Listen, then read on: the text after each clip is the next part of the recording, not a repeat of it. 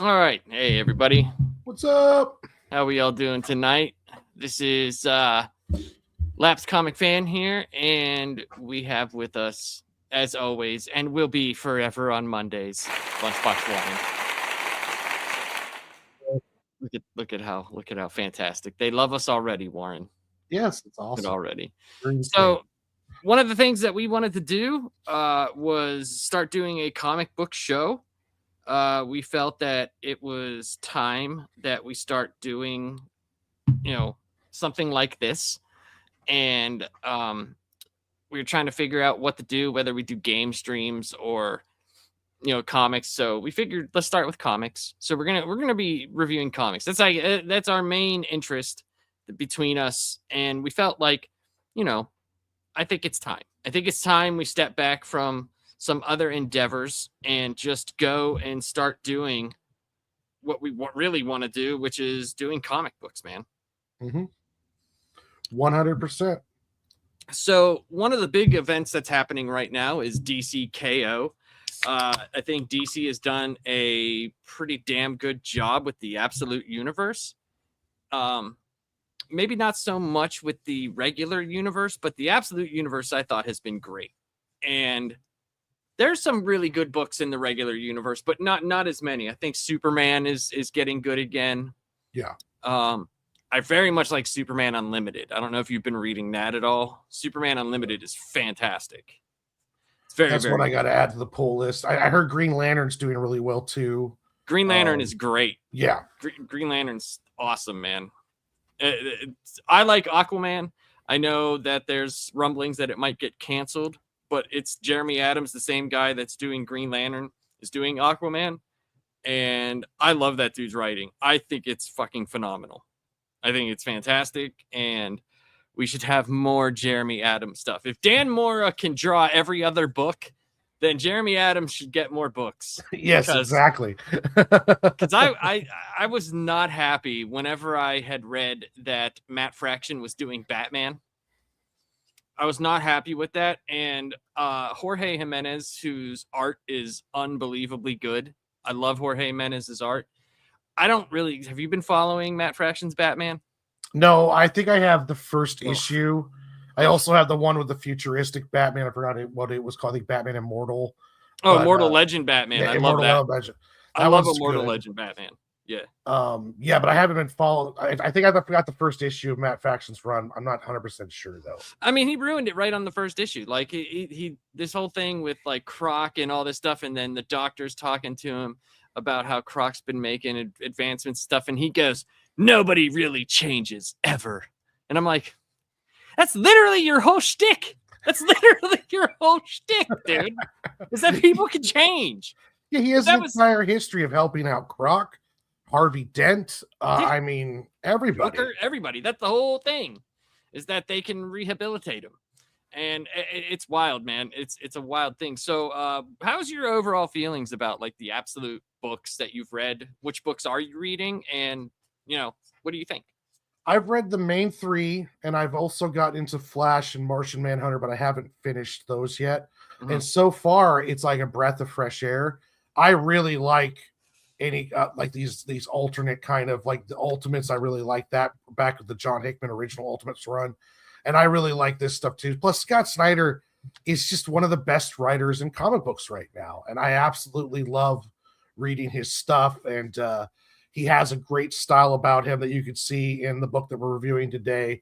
And what I also love too is I found out that there's Absolute Batman is bringing in new readers. Like readers' first experience with Batman is because of Absolute Batman. And that is just such a great thing to hear, that we're growing the audience and not shrinking it like it has been happening. So I'm very enthusiastic, and it'll be interesting to see what DC looks like after coming out of this massive event. And because it kind of setting up right now for this event's going to kind of set up for another reboot, almost like a 5200. So we'll see how this turns out when it gets there. I think they're trying to move in on the dark side issue. I mean, that started the whole Absolute Universe. So I think they're trying to like weave their way in. I am just glad that they've been taking their time. That's the biggest key, that this Absolute Universe is taking its time, because let's be honest. Most comics, they're gonna blow their load real quick, and everything's gonna be out in front. I mean, and Matt Fraction's Batman, we got fucking Alfred as Jarvis AI. It's ridiculous. It's so just unbelievably stupid, and I'm just like, oh god. And I want Batman to be good, obviously. Like I love Batman. You know, I want it to be great, and I want the regular universe to be good. But if it's not going to be up to my liking, which I will still support it because I support comics, I still buy it, I still read it. Just might not be to my liking right now, but you know, I'm still going to read the comics. So yeah, what we're gonna do is we're gonna get into DC K.O. here, and we are going to talk about it and give our thoughts. And yeah, so let's get into this, man. Boom. Let's get into this. Chapter 1. Into the Ring. So I think, oh, did I go backwards? I think I might have. I won't let me go. I think. Well, that's the first page. Is the one you were just showing? It is? I thought this one was. No, the first page is so Superman. Okay. Yeah. Okay. Here we go. So, yeah, there we go. Yeah, we get this page, and this is like kind of into the fight. Superman has to make this realization that he has to actually take part of this. He has to take part in this massive tournament, which we're going to see he's in opposition of around, you know, at first. It's not like a thing that he wants to do because he's always got to solve the problem a different way. It's always there's always a better way, Warren. There's always a better way. So first chapter, Into the Ring. All right, so this is very interesting. This plays a massive part in foreshadowing and what's going to be going on in the comic. They're having like a game night. It's like Superman, Lois, and Bruce, I believe. Is that right? Is that who's there? Yeah, it's Superman, Wonder Woman, and Bruce, and Lois comes in. Lois comes in. Bottom, okay. Yeah, the bottom panel there is when she first enters in. You can go ahead. What do we get here? Well, we get in beautiful Scott Snyder style, we get something that is going to parallel what's happening in the main story. And a lot of the stuff where they're talking about how Clark is handling the game, how Clark wants everyone to win. He doesn't really like winners or losers. And it's showing the parallel of what we'll see later in the story with more of Superman's confliction with what the plan is and what's going on, which is always, it's beautiful. Scott Snyder does this better than anybody. And it's a very, the KO seems to be very Superman focused, even though I believe it's Batman doing the narration, but it's very Superman focused, seems to be. It has to be. Yeah. I think it has to be because Darkseid is the main big bad, you know? And I mean, I don't know how many people you could really put up against Darkseid. That they could work as a team, but if there's going to be a one-on-one confrontation, it's going to have to be Superman. Yeah, and Darkseid really is a Superman villain, even though he's encompasses all the DC. They do have quite the history together, those two, in both animation and in comic books. So yeah, he's a Justice League level threat, but a Superman villain. Yeah. Mm-hmm. So, excuse me. No worries. Sorry, where did I set my... Okay, here we go. By the way, this cover was really cool. I thought the plastic covering with where it shows all your heroes and then you can open it and see the whole thing. And I thought that was really neat. Did you get that copy? No, I got the regular one without that plastic cover on it, but that plastic cover looks pretty cool. Yeah, I got both of these. I don't know maybe if they were limited editions, but these were the original ones that dropped on at least they were. This was one of the last comics I bought at my comic book store because I just can't continue to go there every single week. It's almost like a chore sometimes, man. I see the same like 5 people there, and I was like, God damn it, dude! I get stuck in some sort of conversation that I actually like having, but I look down at the clock and I've been there for an hour. Yeah, mine's about 25, 30 minutes away. And I don't get a chance to go out there very often. So every time I do, it's expensive. And I have a gigantic pull box filled with stuff. Yeah, that's very true.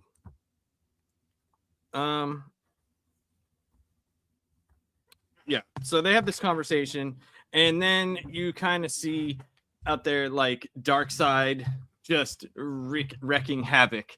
Don't really know what he's fighting. They're kind of like, I guess, a bunch of things. He's just destroying, just destroying a building, and they're like, we got to get into action. And it's like, God damn it, dude. Darkseid has this like this penchant for just destruction, and especially after seeing him in the cartoons or the animated movies, I think that's where like a lot of fans who don't read comics, that they get to see him, you know. Yeah. And I think it does well whenever you have, because some people were like, okay, why is he already like destroying some stuff? What's going on? Because I thought Darkseid was supposed to be in the absolute universe, and it's like, that's, you'll see what's going on. But they kind of show that Gotham is in distress, the Mascara's in distress, the Rock of Eternity, Oa. It's like all the main places that are in the DC universe are just getting, and it's all happening at the same time. It's all happening at the same time, which is weird because there's only one Darkseid. That's the crazy part. Like, that's one of the things I love about Darkseid, is that no matter how many universes there are, there's only one Highfather and one Darkseid. Yeah. So, and like most of the times we see Darkseid, it's actually just like how do I say, like it's not really him, because he's so powerful, like that he uses, it's very rarely ever his actual self, and you can look that up. Most of the time you see him, it's I want to say proxy, but like I can't think of the word right now. But we get to see I need my glasses. God damn it. We get to see basically Superman seeing the end, pretty much like the end of everything. Yeah. He's like, Darkseid has finally become what he was meant to be, the end of everything. Bruce falls first, then Diana. Now as Clark rockets towards Darkseid at Mach 7, he hears a sound he's never heard. A horrible sound that stuns him so badly he barely feels the blast from Darkseid. The blast that ends him. And so you find out that they were having a vision, basically. Like a vision of when this is going to happen. So they go to the Watchtower, and there it says the Quantum Quorum, the World Force, the World Forger, the Trapper, aka Doomsday, Grodd, and Booster Gold. Okay, so a little bit of cleanup here. Let me grab these so people know. What happened during the Justice League one-shot special, when Booster Gold was the one that went into the time rift, or the spatial rift, after Darkseid had attacked, and he had the Spectre's powers, and he had all of that stuff, and they were like, what the hell's going on? He's phasing in and out of time. You see that Darkseid is no longer burdened by having like an army or the anti-life equation. He wanted to know what the hell he was here for. Like, why am I here? And he takes the Spectre's powers. So it's like, imagine Darkseid with the Spectre's powers. It's like, Jesus Christ, do you need to be any more powerful? My goodness. So he ends up killing Calabec and throwing him there because he needed the blood of himself, because he cut off his arm and it wasn't enough. All this stuff. So he ends up doing all this crap, and they think they kill him. That's what the Justice League thinks happens. And in the middle of the Watchtower, there's this rift that's open, and they need someone with a bunch of chronal energy to go in there and see what's going on. Well, the only person who has enough chronal energy to go in there is Booster Gold, right? And that sets up the giant mystery of what happened, where are they, and what happened to Booster Gold. So when Booster Gold goes in there, he's got this little like device that he can keep in contact with them, not by like talking or anything. He just presses the button, he'll come back, because they don't want him to stay in there too long. Well, as soon as he goes in there, there's like a time shift. It's like, and all of a sudden they don't even remember Booster Gold going in there. It like resets to like 10 seconds before. They don't even remember Booster Gold at all. So when Booster gets to the absolute universe, he's like, okay, where are we? Skeets, he's talking to Skeets. Skeets isn't there.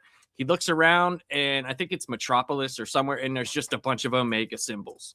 And he's like, oh shit, I know where I'm at. And it's a callback to like DC's Metal, the event, Metal event. And so Booster's been gone that whole time. He has been gone that whole freaking time. And finally, because I kept asking forever, I'm like, where the hell's Booster Gold? Like, what's going on with that story? Well, in the Superman main book, Superman goes and rescues Booster. He ends up going into the Absolute Universe. He doesn't see like the other characters like Batman, Wonder Woman, or himself, the Absolute versions, but he does run into the Legion of Superheroes. Whenever he was a kid, those were the superheroes from the year 3000 that helped him out and all this stuff. And basically, it was a world shaped by Superman, and they were all good. Well, this universe, no, shaped by Darkseid, and they all work for Darkseid. So they were out to get him. And this book right here, the Justice League, it's the Omega Project Special right here, talks about what happens after they brought Booster Gold back, right? Booster Gold's telling them all about how Darkseid has enough energy to conquer everything. In that universe, like, he's basically God. There's nothing that you can do. So that kind of sets up what they're trying to do here. There's an impending doom, basically, is coming.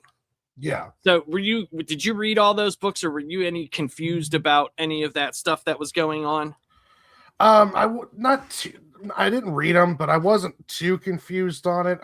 It's nice to know the backstory and the build up on it now, but this book does offer a pretty nice little launching pad, even if you haven't read the other stuff, because it's the story starts with, you get to see the end, and then we rewind, and now the heroes are trying to prevent the end, which is a kind of a story deal that you see a lot in lots of different kinds of medium. So yeah, I was kind of going along with the ride, and I didn't realize the implications of a lot of the stuff, like with Booster Gold, but but it still does a good job of keeping you at least enough to keep you interested going on to the second one. Yeah. So if I mess up anything, I'm sorry, guys. I either correct myself in the comments after the video is posted, or you can call me out and be like, hey, idiot, you fucked this up. So one of the things is the Trapper is from the Superman run that's going on right now. He's basically like the Time Trapper, and it's actually Doomsday.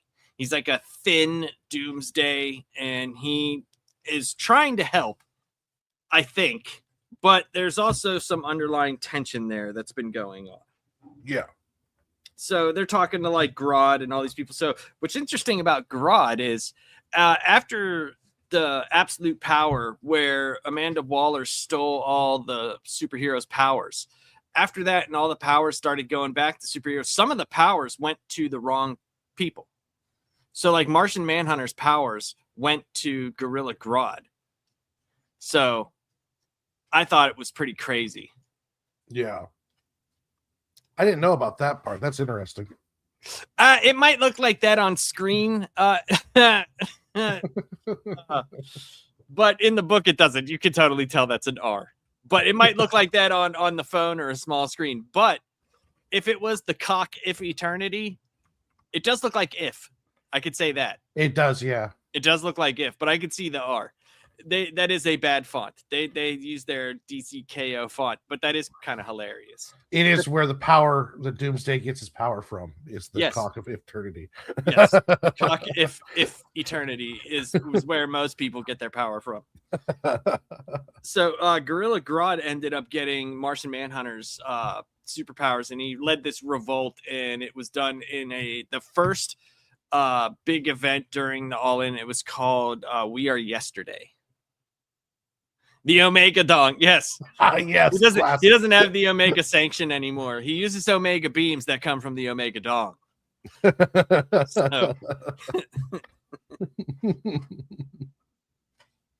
So he's kind of trying to explain, like, in Boosters talking about the stuff. He's like, how we've watched you try 1,000 things 1,000 times, you always lose.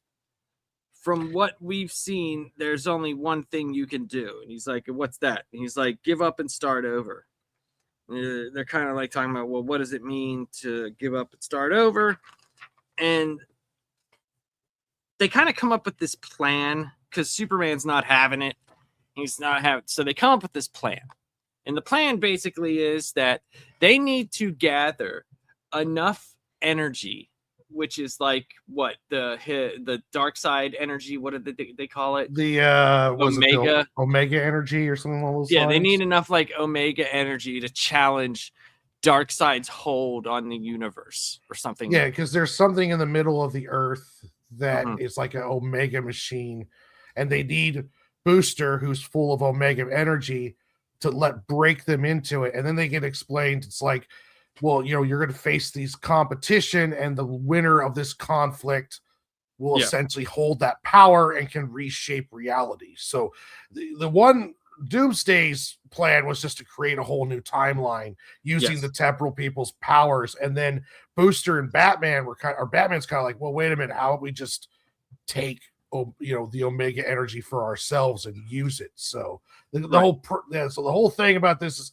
instead of doing the alternate timeline, they're essentially going to try to steal Doomsday's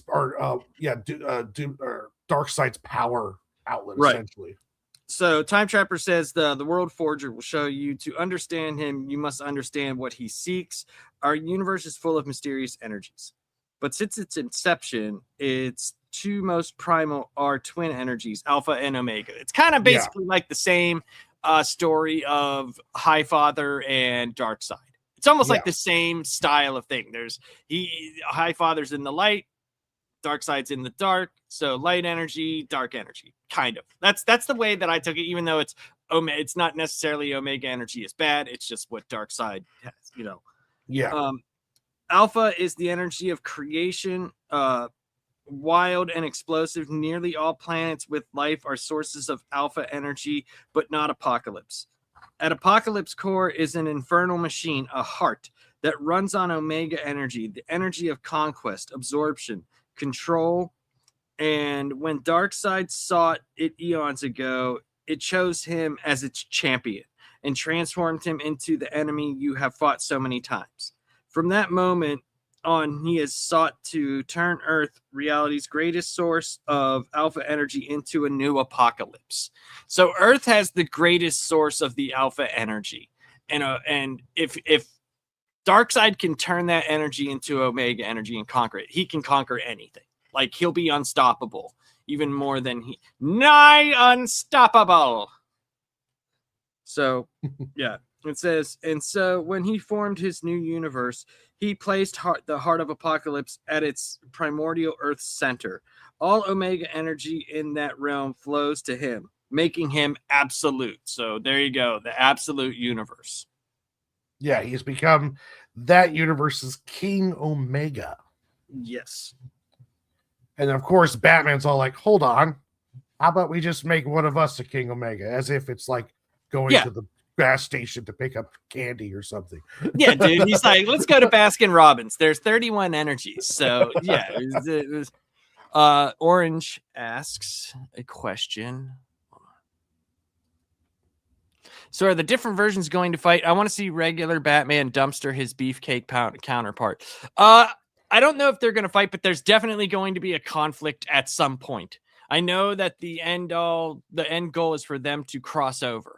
Yeah, not in this issue, but it does happen in the spinoff. Well, I don't know about that happening, but there is other forms of Batman, other people fighting each other in other later on. Yeah, I don't know if Batman's going to fight him in DC K.O, and you'll see why. But I know there is supposed to be, after this, there's going to be a massive crossover event.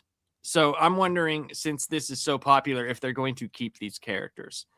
And we'll see what happens. Yeah. Now, I know Snyder has said that his absolute Batman, he's got plans for like 50, 60 some issues. So I don't think that I'm by the sounds of it, this is not going to end anything along those lines. But we'll have to see. No. Yeah. This is not going to end it. No, they've already stated there's going to be, this is just a main world book. Oh, okay. This is a main, this is, even if other members of the Absolute Universe are in it. This isn't the main. This is not the main thing that they're going for. Snyder's trying to take his time with it. It will happen. I don't know if they'll fight. I'm sure they will at some point. Yeah, I can see Batman. Our Batman is definitely going to have to use that prep time to beat Absolute Batman, because Absolute Batman in a fist fight would destroy Bruce Wayne. That we know right now. So they're gonna have to. He's gonna have to. I think the Earth, was it Earth 1? Earth 1 Batman would win, but it would be interesting. Yeah, it would be an interesting fight. Obviously, our Bruce Wayne would win. Like, he would have to win. It wouldn't make sense any otherwise. Because I think that like Wonder Woman is bigger than main Wonder. Absolute Wonder Woman is much bigger than mainstream Wonder Woman. And so Batman, way bigger. Superman, I think, is the only one that's bigger than the absolute version. Like, I think our main Superman is a bigger guy than absolute Superman. But Wonder Woman, though, is totally Wonder Woman's like 7 feet tall. Like, yeah, absolute Wonder Woman's a huge mammoth of a human being, and so's absolute Batman. I think he's like 6'9", 420 pounds. And she looked like she's about 2 inches taller. She's definitely bigger than him. She's like 7 feet tall.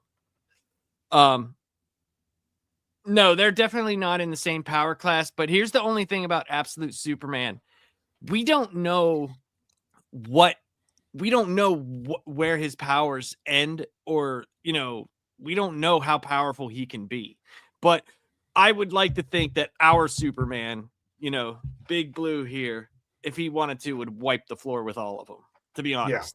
Yeah. And he would, if he wanted to, he would mop them in very quickly. So, I mean, it's interesting to think, but I think like that would have to be, in my opinion, like, I'm with Orange on this. Like, I would want our heroes to remain stronger.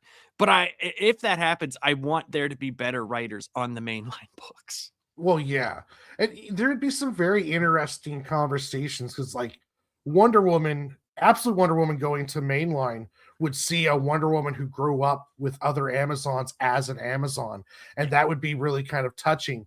With Absolute Batman, would he appreciate the fact that his mother is around even more? Because here's a Batman who lost both his parents, but he's had the love of his mother. So there'd be interesting deals between them, conversationally wise and character conflict wise. Yeah, I think the conflict would most likely be between the Batman. Yeah, because I don't know. I don't know what Absolute Superman would think about another Superman. He would probably be more inclined to talk than Batman. Like, Absolute Batman is a fucking powder keg waiting to explode, where he doesn't have control like our Bruce does. He doesn't have that calm control. He's just like, he kicked a fucking child off a boat. He punted that child like in the face off the boat. And then when the woman went to come get it, like, at him, she just turned around and jumped off the boat. That was like one of my favorite scenes of anything in Absolute Batman. So that's where they come up with the thing where they're like, why don't we just take the energy? And they're like, that's a terrible idea. And he says, impossible. The heart is cosmically connected to Darkseid. It serves him only. Says to change that, you need to restart it entirely. Blast it with Omega energy you don't have. No, but Booster does. He says no, but Booster does. Watchtower readings show him brimming with it. From being trapped with Darkseid for years. And it's weird. They go and they find Booster Gold, right? And never did they think, we should probably like check him out, like scan him, something like, you know what I mean? We better like see what's going on with Booster here. Like, he's been gone for what, in his terms, like how we see him when he's finally rescued, he looks like an old man almost. He's beaten and withered, and he's been gone for what seems like years in Absolute time, as opposed to he's definitely not his cocky self either. Like, he looks like he's seen some shit. yeah. Hey, Gray Poupée, how you doing, brother? What's up, Gray? And the Orange says, I suppose they could ask pull, but based on what I've seen, mainline Superman with Solo. Oh, for I sure. agree. Oh, yeah. I agree. The only trump card they would have is we just don't know what absolute Superman's power level is. We just have no idea. Yeah. Because his powers are like, he has powers, but they're also run through the whole system that he has with the suit. We just don't know how much of that is amplified, and we don't know what would happen if he was there with a massive yellow sun, or if that's even a thing. And Superman, only weakness mainline Superman has is hesitation. Like, he might hesitate, and Absolute might get a little head above on him, but overall, you're talking about a seasoned veteran fighter against someone who's still figuring out their powers. So mainline would whoop him. Yeah, right now he would whoop his ass. I don't even think it should be close in that realm. Like, I just don't think it should be. Now they are doing a good job. Jason Aaron's doing a very good job, little by little, showing us Absolute Superman, what he can do. And Absolute Superman has gotten so, I love it. I think it first started out, I was kind of like, man, this is a little bit slow. This is, I kind of like but God, dude, once Ra's al Ghul got involved, it was freaking incredible, dude. Oh yeah. When there's a scene, I always talk about this, where Ra's is talking about an heir, right? And they show him with this baby. You think that he's talking about the baby. And he's like holding the baby, and he's like, oh man, sometimes where you make blah, blah, blah. And he's like, and it's flawed. And he just drops the baby off of his tower. And they show it just splat on the ground. And there's a guy on the ground. He's like, holy fuck, what the hell just happened? There's a baby on the ground. Why? Where did it come from? Straight up Spartan him right off the side. Yeah, dude. It was ridiculous. So that's where they kind of come up with that plan. And Batman's like, show us, World Forger. And he says, you must understand, the heart is a living thing, sentient, reborn. It would ultimately seek a champion, someone fueled by conquest and conquest only. You, all of your heroes, and then Gorilla Grodd's like, you're all soft as hell. So basically where they're coming out as is they need someone who is willing to take over. And none of these, possibly maybe Batman, would be that person. And that's why it's very interesting that this is a Superman book. Are they trying to make Superman something that he's not? Or will Superman's persistence in the way that he always is, a rock of doing right no matter what in the face of all evil and all wrong, will that eventually end up being the way?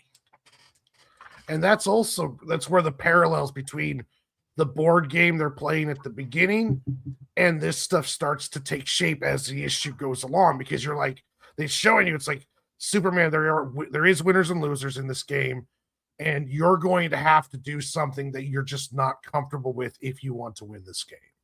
And will he do that, or will he be able to rewrite the rules, if you will, and do what he normally does, which is always the right thing? So, yeah. Do you want to take the next couple pages?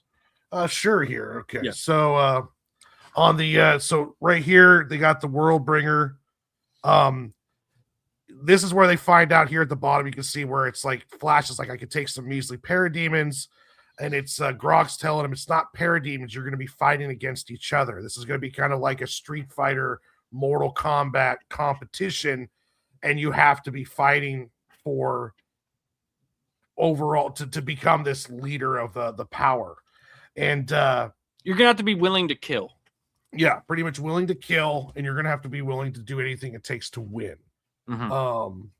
And at the next page here, it's like, and if this person is to defeat Darkseid, they could bring it all back to the other side.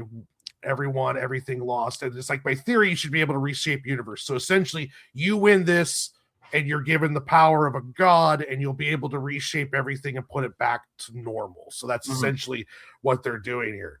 And then that's when Superman's like, forget it, I'm not doing this, and kind of walks off. And then Doomsday is not buying it either. And then the three of them, the core, come together, and they essentially convince them, like, this is what we have to do, in this time period. It's like, But their plan is to take all of the villains that are powerful enough, I believe grade 6 or above, and to hide them away in the Phantom Zone, and which is smart. It is smart because you're stacking the deck. Yeah, you're taking the wild cards out of there. Because what happens if, say, Joker wins, or Lex Luthor, or any Lex of Luthor? Them. Yeah. Are they really going to reshape the universe the way you want it? And are they going to bring back the people who died? Yeah. So that's huge. This also it reminds me a lot of like the World Tournament in a couple other things, and but yeah, it's showing more of the three of them, and when they convince Clark to do it.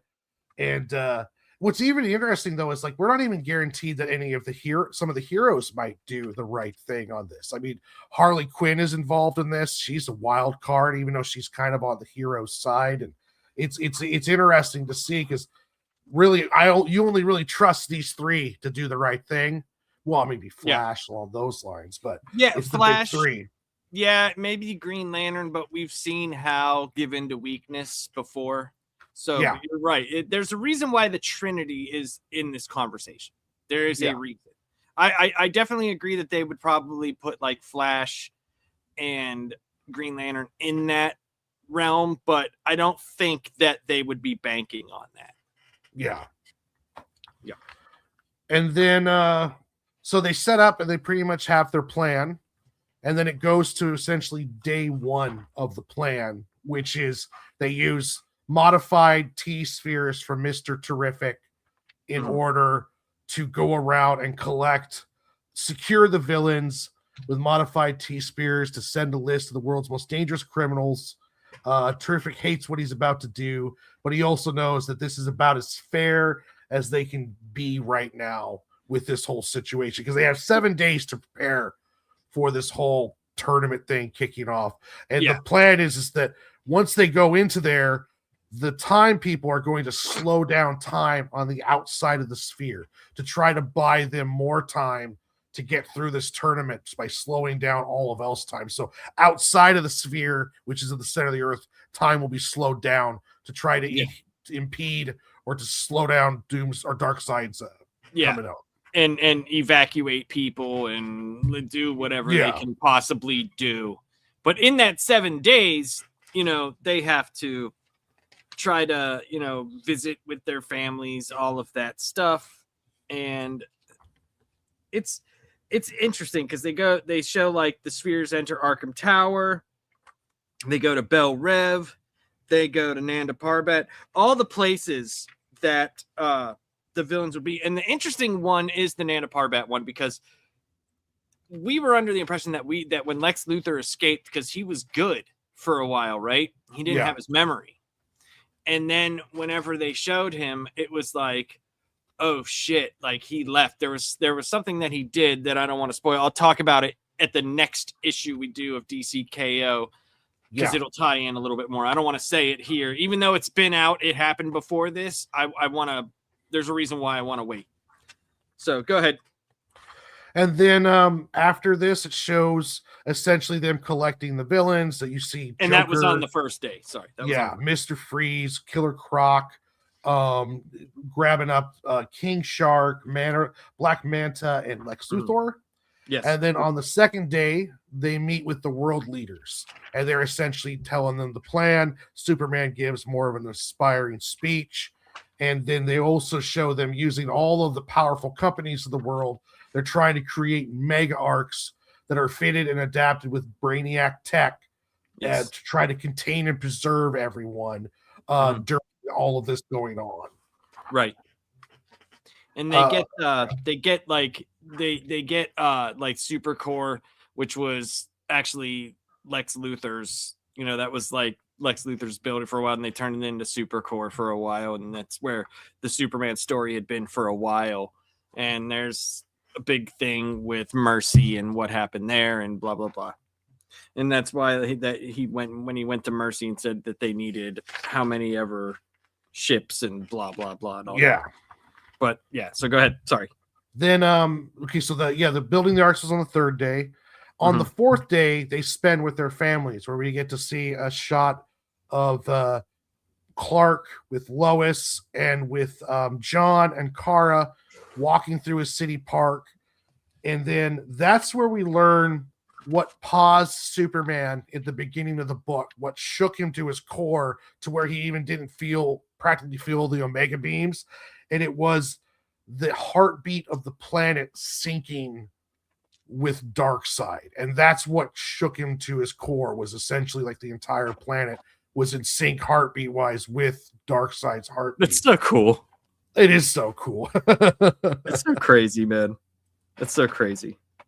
And it's more, of Scott Snyder's beautiful writing. Like he knew, I always knew that he knew Batman very well, but he's doing a very good job with Clark and Superman in this too. Like he's really going down to like putting Superman in a position where all of his core values are being tested, and he know the right thing to do, and what he normally does are now are not intersecting anymore. They're both separate paths.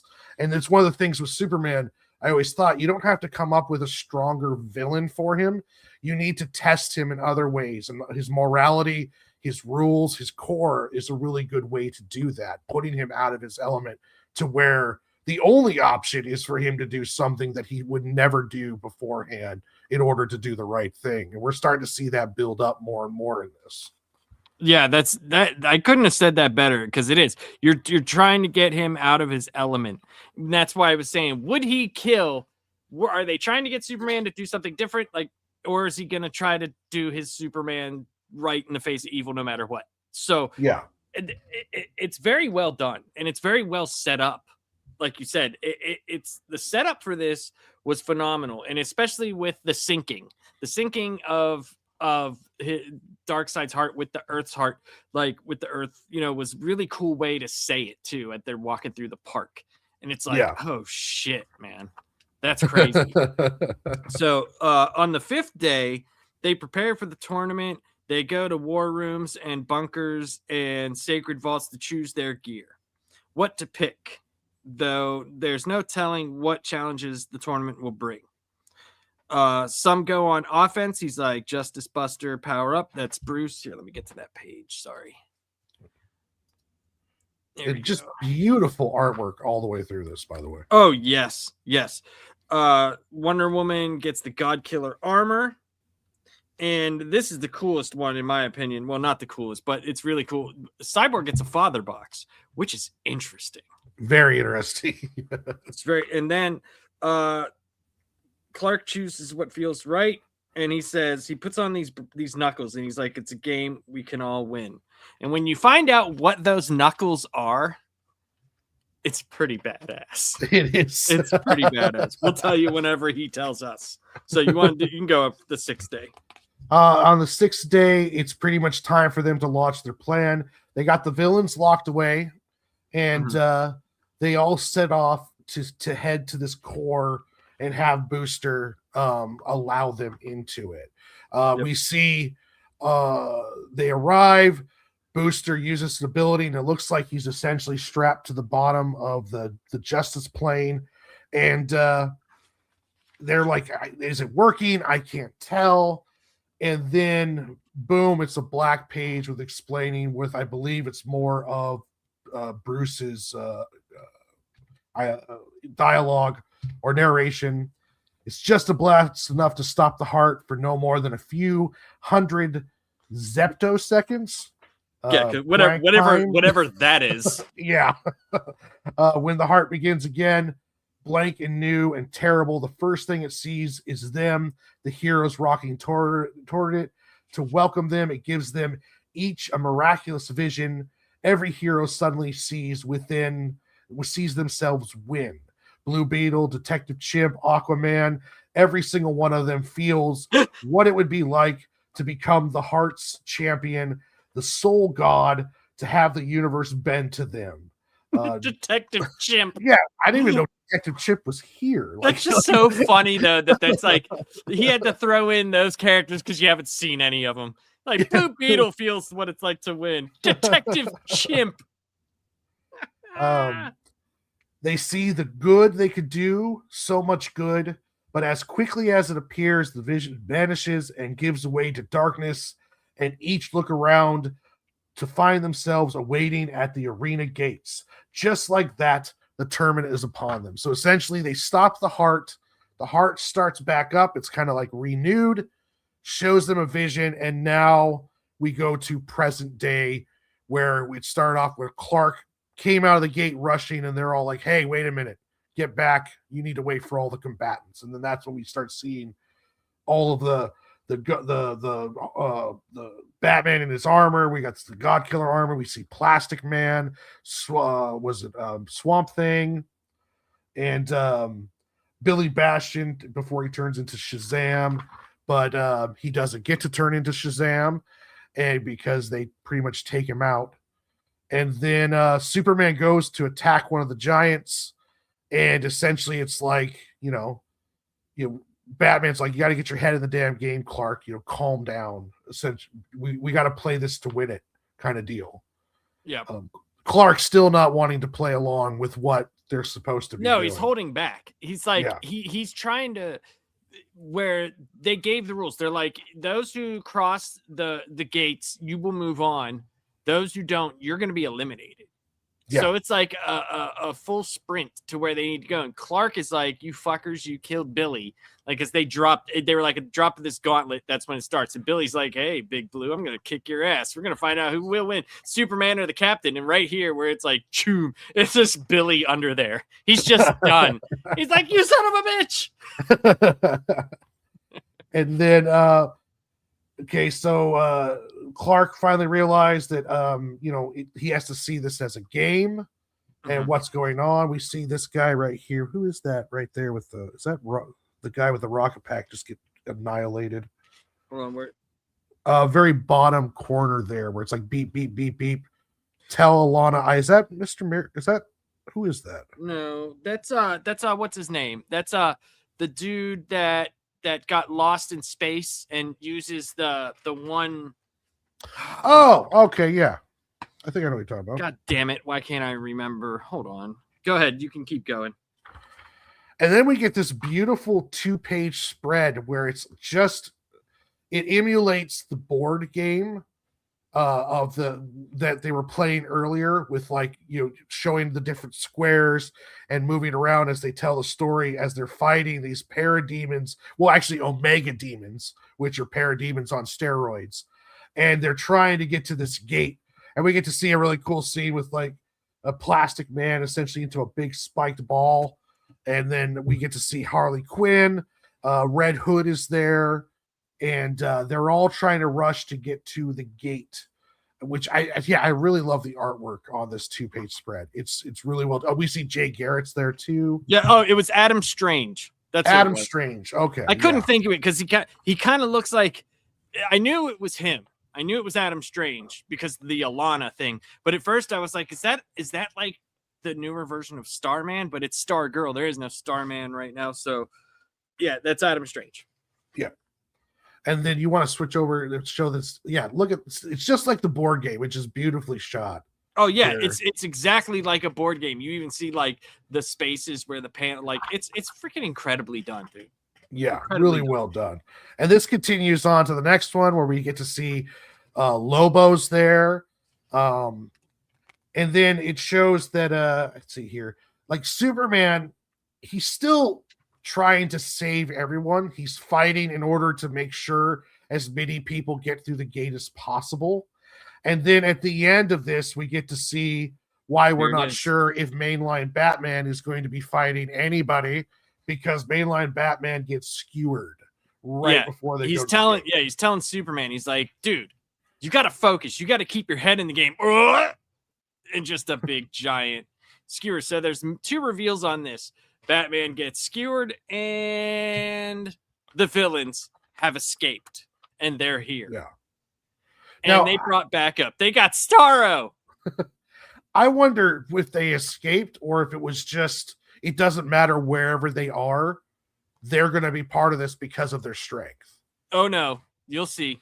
You'll see in this. Did you read issue 2? Yes, I did. Well, I skimmed through it. I haven't got a full Okay, yeah, deep read on it yet. you need to read it. You'll see All right. whenever we get past like the tie-in stuff before that. You'll see. Yeah. Oh yeah. Yeah. There's a huge thing with Lex Luthor and Superman. And we You'll see that Batman was scared by the Joker because the bat flag flows down and it says bang in the first panel on the top there. And so the villains are here, and Bruce, he tells Batman or Superman, remember what I said. And then we see essentially what looks like everyone materializing into the next stage. Hi, Emily. How you doing? Hey, Emily. Did your channel hit 1,000 yet? We're rooting for you. Oh, is she getting close to 1,000? Yeah, she was very close to 1,000. So, like, that's awesome. Yeah, heck yeah. Anybody watching this, check out Emily Kruger 2844's channel and like and subscribe. She does a bunch of draw streams, and they're really cool. So, and if you did hit 1,000, Emily, we have one thing and one thing for you. Will I ever hit 1,000? No. I don't do enough anything for people to care. Yeah, I'm just hoping to break 100 one day. So we'll work on that. You will. We'll continue to do this. This will get more refined. And before we go, what we're going to be doing probably with these reviews, they won't be like this anymore, where we're showing pages. We're actually going to do like a separate video, and we'll watch the video of the review, and then we'll talk about it. Kind of like if you've watched my Laps Comic Fan episodes where how I like tell the story of the book. That's kind of what we'll probably do, and then we'll go from there. I might do it for Night Fight, and then we'll go and see if that works better. We might do that. So, but go ahead. Sorry, Warren. And you guys are going to get to see our incredible voice acting attempts. So, hey, mine are awesome, dude. Yours is good. I've been dying to try. I've actually been practicing Joker, so I've been dying to try this out. Hey, this will be fun. So then here we got, how did the villains escape? How did they get here? Clark has no time to figure it out and only takes moments to rush to the finish line. Giganta makes it through, Joker, Lex, and then there's something in Lex's smile that takes Clark to realize it's pity, a smile that says, go save a fucking cat in a tree. But this leave it to us Boy Scouts. And he thinks of game night, Bruce's word, his fist curl, and then no one wants what hit them, the Titans, Omega, demons, the heart itself. Batman's ears is a new sound and blasts through. It's like sun splitting open, but it's not. Okay, see, it's single heartbeat in his ears. It's his own as he crosses the finish line and takes the last spot all around the fire pit. Sing. So. Yep. So that's what they kind of got here. We get like a page of like all the people that have crossed. Well, not all of them, but some of them here. Yeah. And then it goes to this, which is very interesting here. Yes. I can tell you the answer now if you'd like. I am the heart of Apocalypse after all, and the one who crowned Darkseid long ago. So yes, I know who will join the ranks of the fallen. I know all the twists and turns that await them. So many, the surprises coming, like his 3 destroyers, and that's where we get to see. They talk about the 3 destroyers, and who are they? Well, we know those legs. Yes, that's definitely Absolute Superman, Absolute Batman, and Absolute Wonder Woman. And Absolute Batman has never skipped a leg day, apparently. So, no. Nope. It says 3 destroyers, horsemen from a world where his rule is absolute, monsters. And these are just some of the horrors that await. But if you want to know the real truth, the final one, I'll tell you. It's that none of them win. Not Clark, not Diana, not Marie, or not Mary. What's that saying? Not Mary or Eel? Yeah. None, he says, because what they don't know is that there's one last champion among them. And he says, the king himself. That's right. Darkseid, having taken on the form of one of their own. So no friend the game isn't beginning. It's already over. And then there we have it. Issue 1 of DC's K.O. Mm-hmm. So what did you think overall, man? Overall, it's a great setup. I'm not usually a fan of the big events, but Scott Snyder always does a good job, and it was a good read. He uses. I thought it was fun. Yeah, it's fun. It's setting up to be a real fun storyline. You know, it'll be interesting to see what happens when this is done. Like what kind of effects it's going to have on the DC. And part of me thinks that with how Absolute Universe is doing great, this could be a good reason to try to do a nice little reset on the main line in order to try to bring all the books up and start some new storylines along those lines. And what's very cool, from Batman's perspective, we get to find out what happened to him as soon as he got basically pruned from that universe. Yeah. And that's the next book we're going to review is DC Night Fight #1. And let me tell you, it's a great book. It's fucking awesome. Did you read it? Yes, I have read that one. That one is really good. Dude, I haven't read that one yet. Yeah, it's really good, man. And we'll talk more about that. So overall, I very much like this event. I think that, like you said, I love that. I love that they showed the Absolute people, because people have been waiting for this. And like I said, they've been taking their time.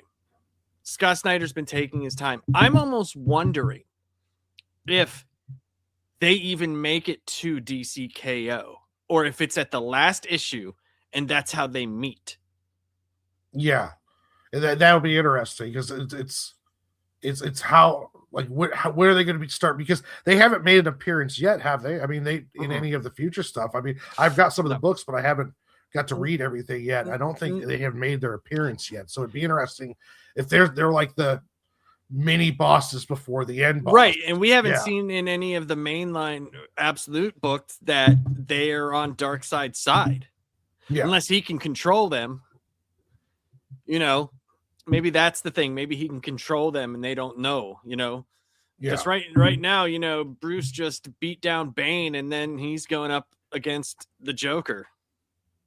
And are we going to see, like, this is not affecting their titles, though. Like, you'll see in the main line, the Flash book will reflect what's going on along those lines, but none of the Absolutes will show any kind of signs of this so far. So, from what I've read up to the point where I've got to, so it seems like, are these, it's they're not going to, those ones won't be that connected.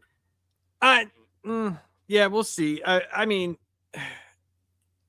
let's see. Orange doesn't like new comic books. He doesn't like them. 2 out of 10 for 2 universes of useless idiots. I don't know about that, dude. I mean, they've been setting this up for quite some time. I think it would suck if he just kind of like figured everything out in 10 minutes. Even if he figures it out, like, doesn't mean that he can get it done. The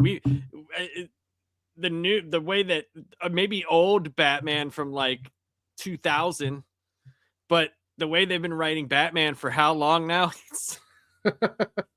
It's not. Well, it just sucks.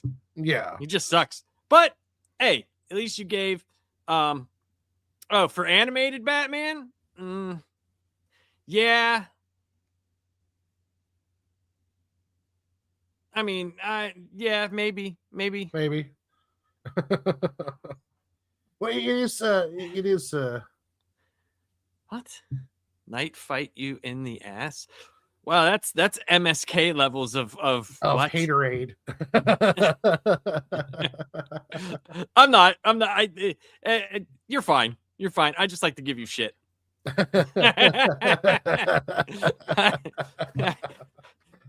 No, I think some of the big problems that the two main have are usually with these gigantic events right after the other, which at the end of them really don't have any kind of result. But this one so far is starting off really cool. It's a really fun book, and it's interesting enough to keep going and following. It's not rewriting canon like with Marvel, you'll see like, okay, we find out that Thor is this, and then we're going to rewrite the canon. We're going to say, no, this is this. This is more along the lines of something that's happening right now, and it plays into what they've been setting up, kind of without us knowing up until this point. But it sounds like with the other books, with what Amanda Waller did, the Absolute stories. So this is really playing in quite well as more of a culmination of storylines coming together than just something kind of randomly thrown in there. So yeah, and I think for me, I felt the same, like kind of felt the same way whenever Batman got eliminated at first. I was like, what the fuck? Like, are they taking him out because like he would figure this out? Like, there's actually a reason. And when you get to this, I actually like the night fight a lot, because it does go into something that I've wanted to see. It definitely has a fan service to it, but it's written very well. It is. Yeah. And Dan Mora does the art, so obviously that's awesome. And I don't know how he does it. I don't know how he does it either, dude. Like, dude's drawing like 90 books a month. Like, do you sleep? Like, I get writers who could do that, like 8 books, balance that, but on artist, I don't. He must not. I don't know. Sleep. Yeah, I don't. Dude, he does like Superman, Justice League, Transformers. There's so many books he does a month. I'm like, dude, you're a fucking machine. And no drop in quality. No, like they all look great. So he really have streamlined his process. And he does like covers and half the interiors for Immortal Legend Batman. Yeah, which is just crazy. So yeah, I give this a 7 out of 10. I very much enjoy it. What do you give it, Warren? Yeah, it's 7, 8 out of 10. It's a good solid story, good kickoff. I really like the fact that it's Superman focused, and I really like what Scott Snyder's doing with Superman. And so it'll be interesting to see him, because he's really testing his character. And that's one of the things that a lot of people kind of write off Superman too quickly. And there's a lot of great stories you could do with a godlike character who has almost unrealistic moral structure. And it's like, you could play around a lot with that, because, he's essentially immortal, and he's trying to tell the rest of us to be good. And it's like, well, you are, it's like, you can say that because technically nothing ever hurts you too much. But yeah, this is playing around with really his weak spots and what decisions he's going to have to make during this. And issue 2, what happens to him when we get to there is very interesting. Yeah. With what happens by the end of that issue. So his weapon, his knucks are mini suns. Yeah. That's fucking cool. That's fucking awesome. So we're gonna get into a segment that we're gonna call like, what did you get? And we're gonna talk about what we picked up from like the last couple weeks or last week in comics, and then we'll end the show and we'll go into our ending and talk about what we're gonna be doing coming up. So Warren, what did you get? Well, my pull box was huge because I haven't been there for a while, so I picked up the latest 2 Ultimate Wolverines. Nice. I've got the latest 2 Ultimate Spider-Mans, and it's coming up to where there's only one more issue. There's only one more issue, man. Yeah, before they start their big crossover event. I picked up the 2 newest Transformers, Dan Mora and Kirkman, this is just amazing. I've been following the Witchblade, the new relaunch of it, and I also picked up the Darkness #1, which has Ed Benes doing the interiors, another artist I absolutely love. Nice. And then another fun book that not enough people are talking about, which is Spider-Man and Wolverine. Dude, Spider-Man Wolverine has been fucking phenomenal. Oh, the artwork too. Kerry Andrews is just knocking it out of the park. Yeah, I got that as well. I picked up Spider-Man Wolverine #8 as well. So I love that. I picked up a lot of books as usual. I got a bunch of the DC K.O. tie-ins. I got the Superman. This is a good issue. This is like what happens with him and Lex, which is a really good issue. Obviously, I didn't picked up the tie-ins. I got like the KOs, like the directs ones, like the #2, Superman versus Captain Atom. Oh, you got that cover. That's a good cover. Wonder Woman versus Lobo, which this is a Wonder Woman is such a badass. And then I've got the first 2 issues of the Night Fight also. Yeah. So I got Justice League number 13. That is, they're doing a KO tie-in, but it's also the Terrific 10, which is pretty interesting. My favorite book at the moment, I got Rook Exodus number 9. Oh, nice. That's been nothing but phenomenal. I also picked up Night Fight number 2. I went and got this. This is from a couple weeks ago, but I didn't show up. I got the Batman Deadpool. Little bit disappointed with Grant Morrison's take. Yeah. But whatever. It's Grant Morrison. What are you going to do? Now, I really enjoyed the Wonder Woman story in that one. Yeah. I like the Wonder Woman story from the last one, too. I thought that was interesting. I got this, and I haven't read it yet, but I've heard some pretty cool things. But I got the Infernal Hulk 1 and 2. Okay. I wanted some Hulk, so I decided to get that. Another book that I've been reading, the Marvel Knights Punisher number 3. Okay, cool. Which has been all right. I kind of like the Black Label Punisher, or the whatever they call their thing. Yeah. This is Aquaman number 12, but this is Aquaman versus Hawkman. Another tie-in. Got the newest issue of Geiger, because I love Geiger. I love the Jeff Johns team right now, dude. Is unreal, man. It's like he took like everybody good except like Hickman, Dan Mora, and Scott Snyder, and a couple other guys. He's got like everybody. It's like Jeff Johns, Jason Fabok, Jeff Johns, Ivan Reyes, Jeff Johns, Gary Frank, and they got Brad Anderson doing colors. It's like, what? Picked up the newest Ultimate Wolverine. And Cappuccio, man. Cappuccio, his art is so incredible in that book. Because, like, if you ever seen Cappuccio's art from his run on Moon Knight, he can do the clean, like, Dan Mora style art. Like, he's done it. And this is so gritty. It's so gritty, man. It's awesome. I also picked up Ultimate Spider-Man number 23. And then I got Transformers number 27. That's the cover that I got. Soundwave. Yeah. And then a book that I just buy just because I have been reading it forever is Amazing Spider-Man number 17. And then I bought these because someone told me to try them out. And I really like David Finch's art. I've always been a fan of Finch. But I got Skinbreaker 1 through 3. Yeah, I almost picked those up. Those ones look good because Finch's art's always been amazing. Yeah. So here's the Superman Captain Atom cover that I got.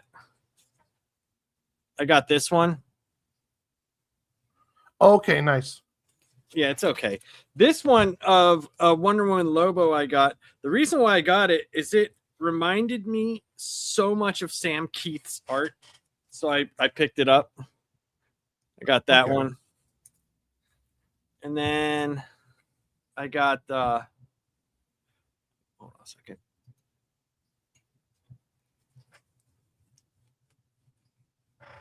I picked up Absolute Batman number 15. How do you feel about the Joker turning into some kind of like Cthulhu monster looking thing? Like, I don't really care. Yeah, it's fine with me. I mean, they set it up in the other books, so I mean, like, I didn't have a problem. I mean, it's stupid, it's dumb, but it's different. You know, like not everything is going to be 100% incredible. You know, but this book I loved. I freaking loved this book, and I cannot wait for the next one come out. This is a Batman Green Arrow The Question crossover called Arcadia. This was phenomenal. The art was great. The story was awesome. I loved it. And then I got the Green Lantern number 29, which I have all the issues for this. So that's what I picked up in the last week. And last couple weeks I picked up a bunch of other stuff that I forgot to get. And I have to like put these all back in order now. So, you know. Yeah, I picked up a couple more DC compacts. I think I have all the ones that are out right now, as well as I picked up the Nightfall Volume 1 Omnibus, which I'm excited to read. Yeah. Nice. Yeah, that's awesome. I ended up having to go out and get a new mouse. I needed a mouse for down here, so I picked up a Razer mouse, and they sent me a keyboard. It was like a drawing, so I got a Razer keyboard. So like, that's pretty cool, you know. And I brought my mini arcade down here. This thing's awesome. Oh, sweet. Is this Sonic the Hedgehog? Yeah, my buddy made it. Oh, that's cool. He made it. He put like this really high-end mini PC in there. I can emulate up to PS4. Anything higher than that, like we've tried doing other stuff, it just doesn't, the computer's not strong enough, but it does play everything to PS3 perfectly. There's some games on PS4 it has a hard time with, but I already have a PS4, so I don't really care. But yeah, it's a full like working arcade machine. Like it has USB and like in the front here for my controllers and keyboard and stuff. But if I want to, like if I play the main games, this is a touch screen and these work. Like this whole joystick, everything works. Oh, that's awesome. And then on the back, you know, it's got a whole bunch of stuff on there. It's got kill switch buttons. Here's the fan for the PC. You can take the back out. And he carved this all by hand and did all the stuff. Beautiful. He did like the polyurethane for Sonic, the blue on here. It's really awesome, dude. He did a very, very good job on this. And what's really cool is the way that it's set up. Like when you turn it on, I had him do Linux, right? I didn't want him to do Windows because Windows just takes up too much resources whenever you're, you know, doing nothing. So Linux, it goes right to all the emulators, and it's like an actual screen where you could just press like left or right, and it goes to the different emulators. Then you pick the emulator, it goes into the games. And what's cool is we set it up to where if you don't want to use a keyboard to get into the settings and everything, you can actually use a controller. And just go right into the settings, switch emulators. If a game doesn't work with this emulator, each system has like 2 or 3 emulators to it. So like, and can you hook it up to a bigger screen if you want it? Oh yeah, I have it hooked up to a monitor over here. Okay, cool. Yeah. Yep. Yeah, it works. It works good. And I went out and bought controllers for each system. Like if I wanted to play the old Nintendo, I got an NES USB controller like this that works perfectly. I got a NES controller. I got a Super Nintendo controller, which I think is pretty cool, you know? Like, yeah. Like so in the mail to Wednesday, I should be getting my N64 and my GameCube ones. And then I got a Genesis one coming. And then I had to go and get the real Wiimotes, but I also had to get the sensor bar. So once I get the sensor bar, I'll be able to play like Wii games with the Wiimotes and stuff because it does have Bluetooth capability. So yeah, my Wii controller will work with it. Yeah, it does. Is it the RetroArch front end for Linux? No. It is Batacera, and we have it partitioned as each individual emulator itself. It's got a pretty big external drive. I think it's like a 12 terabyte drive. My PS5 controllers worked perfectly, and so did my my Razer Wolverine, automatically recognized. So I did that, and my PS4 controllers worked. I haven't tried my PS3 controllers, so I might try that. But yeah, everything worked great for it. It was fine. I've only had one problem with one game, and that was on the PS4. I was trying to play God of War, the PS4 version, and it played, but then like it would like slow down on me, and then I would have to wait a second, and it had a problem loading the fixtures. So I don't know if it was because of the emulator or not, because like other games worked perfectly. Like other games worked perfectly fine. and didn't have an issue with it like I did The Last of Us and stuff. Well, here's the thing. The PS4 emulator is actually his own emulator. He created it. It's not it's not a, PCSX3 or RSPC3 or whatever that's called. The company he works for created the BIOS for it and everything. Like, so I don't know if I'm one of the few people that has it. I don't know, but he used it. There's a bunch of games that he said don't work, but the games that I have on here, except for God of War, have worked perfectly fine. So, but like I said, I have a PS4, so I don't really need to do anything. And the PS3 games, I think I only have like 100 of them. And the ones that I've played worked fine. So, but honestly, I'm using it for PS2 and below, like systems that I don't have anymore or games that I don't have anymore. That's the main thing for me. So, but yeah, it's fun. It was cool, man. So I can't complain. Can't complain about that. Hell no, that's an awesome gift. Yeah. So, but all right, guys. So moving forward, we're going to try a few things out, but we will definitely be doing comic reviews on Monday. And I don't know, Warren, if we want to set a specific time that's probably good for the algorithm. If we set a specific time, I think it should be 7 p.m. Eastern or 8 p.m. Eastern, depending on if you have to work or not. Yeah, I usually have Mondays off. And so 8 p.m. would be almost guaranteed I can make it. Okay. 7 p.m. would be a little bit if I did happen to work on a Monday, but most of the time I usually have Mondays off, or I could just tell them I need to be home by this time because I got something going on. So well, then I have flexibility. Let's do 8 p.m. We'll set that as the time. 8 p.m. Eastern on Mondays will be, and we're calling this Off the Shelf. That's what we're going to be calling it. So, yeah. And as we go, we're going to get some more production value. We're going to be doing some pre-recorded videos, and it's going to be a lot of stuff for you guys as we can kind of get our feet wet and feel what's comfortable for us and play around with this more. I think the main thing would be the production for the comic review itself, having a video that's already done that way. Because I told Warren, I know it looks like it's bright down here, but it's just that I have a low-level HDR camera. I can barely see anything. Like, it is so fucking dark down here, guys. It looks bright, but I have like I was dumbass and I didn't buy regular lighting. I just didn't know, and I'm dead serious. I bought movie rig lighting.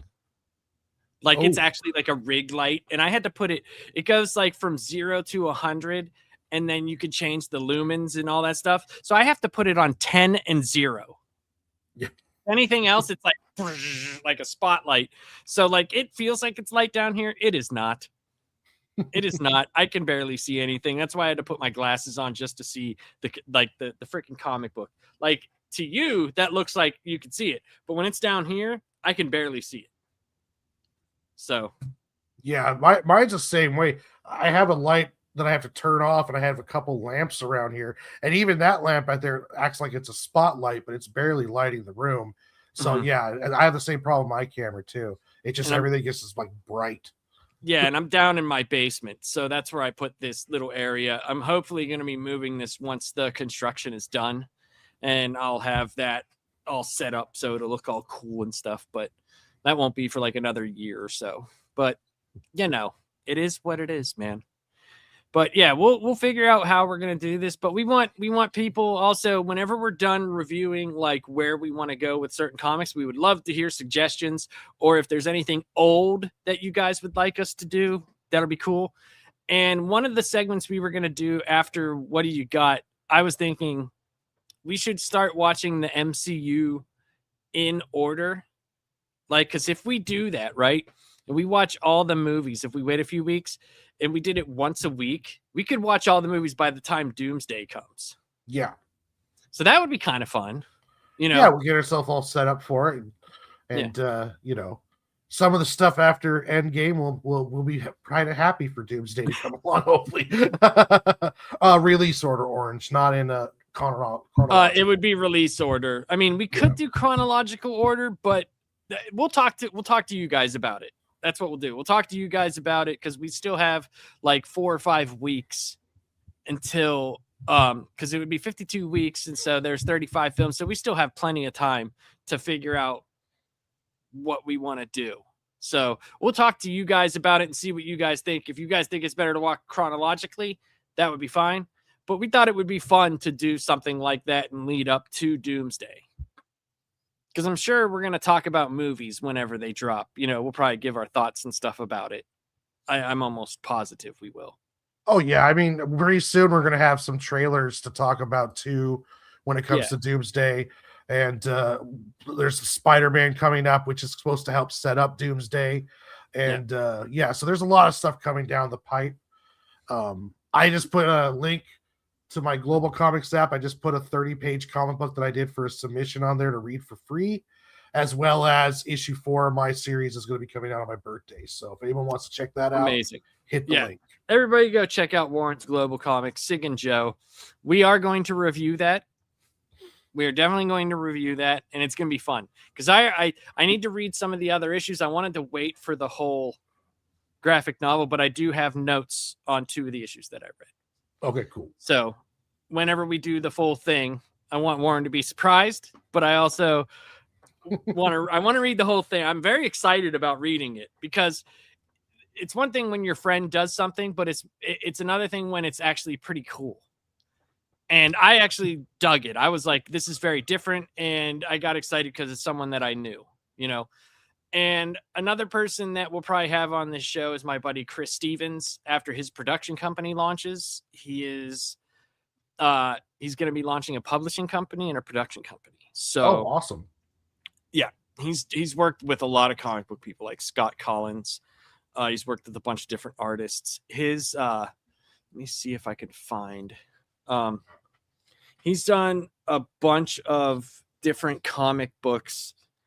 His newest one, I can't remember what it's called. I'll have that information next week. But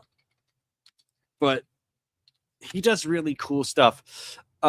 His first one that he did, or not first one, but the one that I know, the one that I met him from was it was called Once Upon a Time Machine. And it was like it was basically like it was like fairy tales crossing over with other fairy tales, but it was on a timeline as opposed to different writers and stuff like that. It was really cool. It was very well done. And this is what it looked like. See, Andrew Carl, Chris Stevens. Yeah, it's really cool. So you got all these different things, and you got the storyteller here, and it's Once Upon a Time Machine. But there's 2 of them that he did, and he actually sent me. I met him on a train, and he saw my shirt and was like, "Hey, and I was like, made a comment." And basically how it happened was we kept like trying to talk to each other, but didn't know what to say. And then I disappeared for like 30 minutes. Right. And when I came back, let's just say like, I didn't smell like the outside. I smelled like something else. And he looked at me and went, "Hey, where'd you do that?" I was like, "Let's go." And then we talked for like 19 hours after that. So, but yeah, it was a good time, man. He's a good dude, man. Really good guy. And I lost track of him because like we didn't have Facebook and stuff back then. And it was like 15 years later, and I sent him a random message, and I was like, "Hey, are you the same guy that wrote Once Upon a Time Machine?" He answered me back. He was like, "Yeah, I did." And I was like, "Do you remember meeting a guy on a train that you sent a book to, and you were coming from Florida to Washington, D.C. And then we partook?" He was like, "Yes." And I was like, "That was me." And he was like, "Holy shit." He's like, "I've thought about you so many times. I've told that story so many times. How random it was." He's like, "Because I was having a really bad train ride." Because he came from way southern Florida, and I was at the at the top of Florida by Daytona. So he had already been on the the train for like 10 hours. And he was like, it was not a good ride. And then when I got on, it was a lot of fun. So, but anyway, we'll have him on and we'll talk, and it'll be great. And yeah, but Warren, do you have anything coming up, sir? Check me out on my YouTube channel tomorrow. I'll be doing a draw stream where I'm going to be starting Yes. a commission over here on my draw Oh, nice. table. So Commission. yeah, I got a nice commission that has kind of like it's going to be a Mount Rushmore of horror icons with a bunch of the Oh, wow. smaller horror guys on the observation deck watching them. So you're going to get to see. I've got to draw like 8 characters, so it's going to be a big one for me to That's do. awesome. But I start that tomorrow, and then I'm going to be doing some more draw streams, but I'm going to try to figure out a schedule. Right. I was doing gaming, but it's just I have a hard time getting into any gaming right now. None of the games really excite me. So maybe more of that down the line. But as of right now, I'm going to stick to drawing live streams and as well working on pre-recorded videos of stuff. Shorter, like 5-8 minute review kind of deals of different global comics and DC compacts, as well as some manga that I've been reading too. So all of that's coming up for 2026 down the line. Yeah. Apparently, Orange has some phlegm coming up. So, and that's very good. You have to get that out of there. And also Friday we have last panel. So that's right. The Christmas one coming up. Yeah, we have our top 10 Christmas movies, which is going to be interesting. I wonder if Gray's is going to be Jackie Brown Christmas special. Very possible. He's gonna have any aside from last panel? Do you have anything coming up yourself? No, I'm trying to focus solely on like tomorrow. Yes, I have. Thank God it's Tuesday. Me, Gray, and Charles Willis Greedia. We are going to be talking about the East Coast comedians New York versus Los Angeles versus Austin, Texas. We're going to be talking about those that triangle of comedy.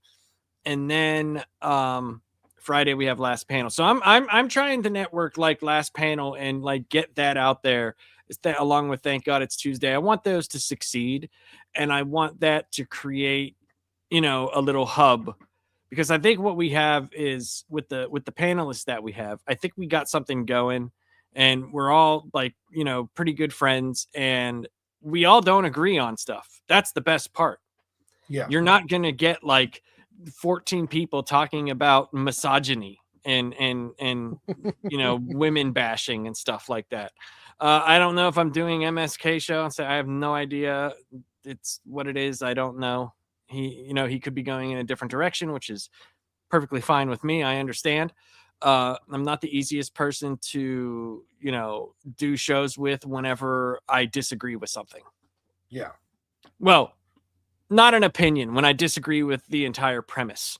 Yeah, like the last panel, we have a lot of respectful disagreements where it's like, I see where you're coming from, and a lot of it's almost like more like different perspectives than disagreement, and we're very respectful of each other on it, and it comes out to be a real fun show, especially, you get to see some pretty interesting takes on stuff, and yeah, it's a fun one to be involved with, and I hope we can build it up to be more in the future.